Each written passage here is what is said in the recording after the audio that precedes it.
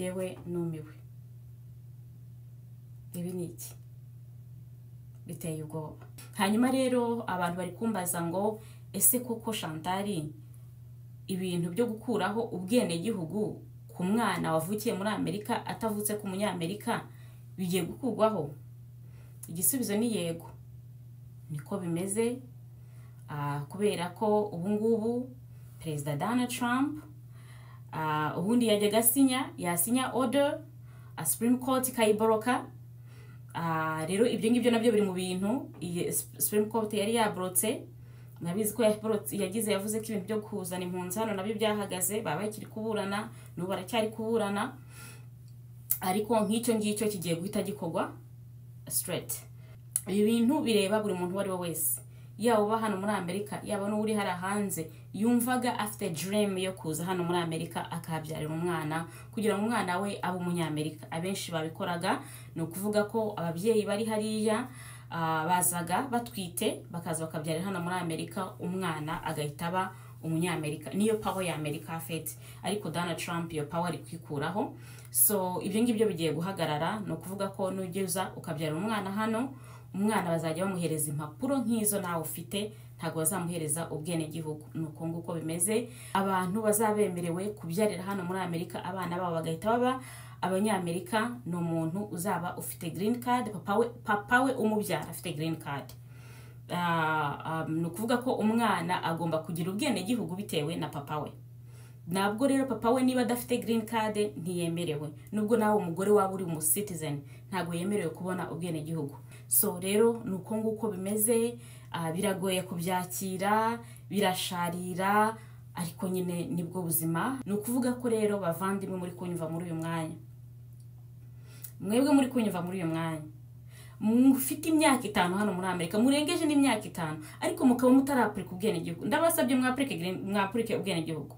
Mwapurika ubwene gihugu vuba, kubera ko nicyo ngicyo cya green card, kuba papa we afite green card nabyo bizagera habivaneho. Neza murakaza neza muryango muhire, murakaza neza. Chantal Hakiza TV, murakaza neza muri Sanga. Abantu mumaze iminsi mumbaza uburyo mwashyigikira televiziyo Chantal Hakiza, mwanyura muri izo nzira zimwe ziri aho ngaho, mwadutera inkunga mu mafaranga, mwadutera inkunga mu bitekerezo, muzamukoze cyane. Mukomere bantu banjye, nizere ko mumeze neza mwebwe n'imiryango yanyu. Nanjye ndaho ndashima Imana, meze neza n'umuryango wanjye. Nkuko bisanzwe ni Chantal Hakiza, mama w'abana 3, ndubatse, ntuye muri Amerika muri leta ya Georgia Atlanta, niho Imana indindiye ngiye n'umuryango wanjye. Hanyuma rero uyu munsi nagiraga ngo tuze tuganireho gatoya. Hariho ibintu abantu benshi bari kumbaza, ariko numvishe naza hano kuri televiziyo yanjye nkagira icyo ngomba kubivugaho, nk'umuntu wiyemeje kugira ngo mpagararire societe yacu aho abantu bari bo bose baba bari. Ntago ruvuga gusa ngo nabari hano muri Amerika, nabari ku isi yose. Rero ndavuga ati byanze bikunze reka nze mbahereze uko ndi kubyumva, uko bimeze, hanyuma biduhereze n'imbaraga zo kumenya uburyo tugomba kunyuramo.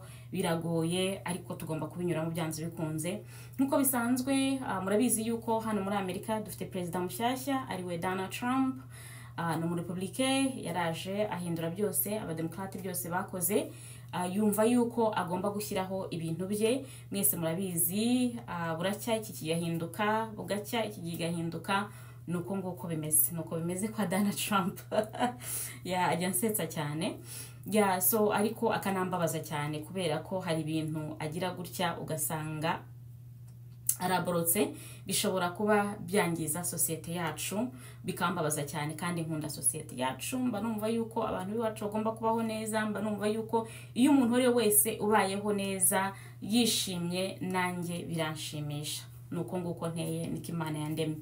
Hanyuma rero abantu bari kumbaza ngo ese koko Chantal ibintu byo gukuraho ubwene gihugu ku mwana wavukiye muri Amerika atavutse ku munyamerika bigiye gukurwaho? Igisubizo ni yego, niko bimeze. Kubera ko ubu ngubu Perezida Donald Trump ubundi yajyaga yasinya order Supreme Court ikayiboroka. Rero ibyo ngibyo nabyo biri mu bintu Supreme Court yari yaborotse. Nabizi ko yavuze ko ibintu byo kuzana impunzi hano nabyo byahagaze, baba bakiri kuburana, n'ubu baracyari kuburana, ariko nk'icyo ngicyo kigiye guhita gikorwa straight kuzageza imyaka 4 irangiye. Nuko nyine akiri kudutegeka, kubera ko agomba gutegeka imyaka 4, ntabwo agomba kurenza imyaka 4, niyo mategeko ya hano muri Amerika. So rero ni ukuvuga ko ibi bintu bireba buri muntu wari we wese, yaba uba hano muri Amerika, yaba n'uri hari hanze yumvaga afite dream yo kuza hano muri Amerika akabyarira umwana, kugira ngo umwana we abe umunyamerika. Abenshi babikoraga, ni ukuvuga ko ababyeyi bari hariya bazaga batwite, bakaza bakabyarira hano muri Amerika, umwana agahita aba umunyamerika. Niyo power ya Amerika afite, ariko Donald Trump iyo power ari kwikuraho. So ibyo ngibyo bigiye guhagarara, ni ukuvuga ko nugeza ukabyarira umwana hano, umwana bazajya bamuhereza impapuro nk'izo nawe ufite, ntabwo bazamuhereza ubwene gihugu. Nuko nguko bimeze. Ibyo ngibyo byatangiye, bavuga yuko bigomba gufata iminsi 30, ariko icyo cyemezo bagifashe ku itariki 28 z'ukwa gatandatu, ariko bavuga yuko mu minsi 30 ariho bazatangira noneho iryo tegeko kuryapurika. Noneho urabona nka kwa kundi uza hano muri Amerika uri impunzi, wamara kugera hano ugashobora kuba watwara inda ugahita ubyara, wamara kubyara bagahita umwana wawe bamuhereza ubwene gihugu mu gihe ufite I-94. Ubu ngubu ntago bizongera kubaho, ni ukuvuga ko bazajya bamuhereza impapuro nawe nk'izo ufite. Niba ukiri impunzi nyine bazanaho bazamugira impunzi kuzageza igihe mwese muzakurikira ubwene gihugu. Hanyuma noneho abantu bazabemerewe kubyarira hano muri Amerika, abana babo bagahita baba abanyamerika. Ni umuntu uzaba ufite green card, papa we umubyara afite green card. Ni ukuvuga ko umwana agomba kugira ubwene gihugu bitewe na papa we. Nabwo rero papa we niba adafite green card ntiyemerewe, nubwo nawe umugore waba uri mu citizen ntago yemerewe kubona ubwene gihugu. Ni ukuvuga ko rero mu gihe papa we afite green card cyangwa ari umunyamerika, umwana yemerewe kuba umunyamerika.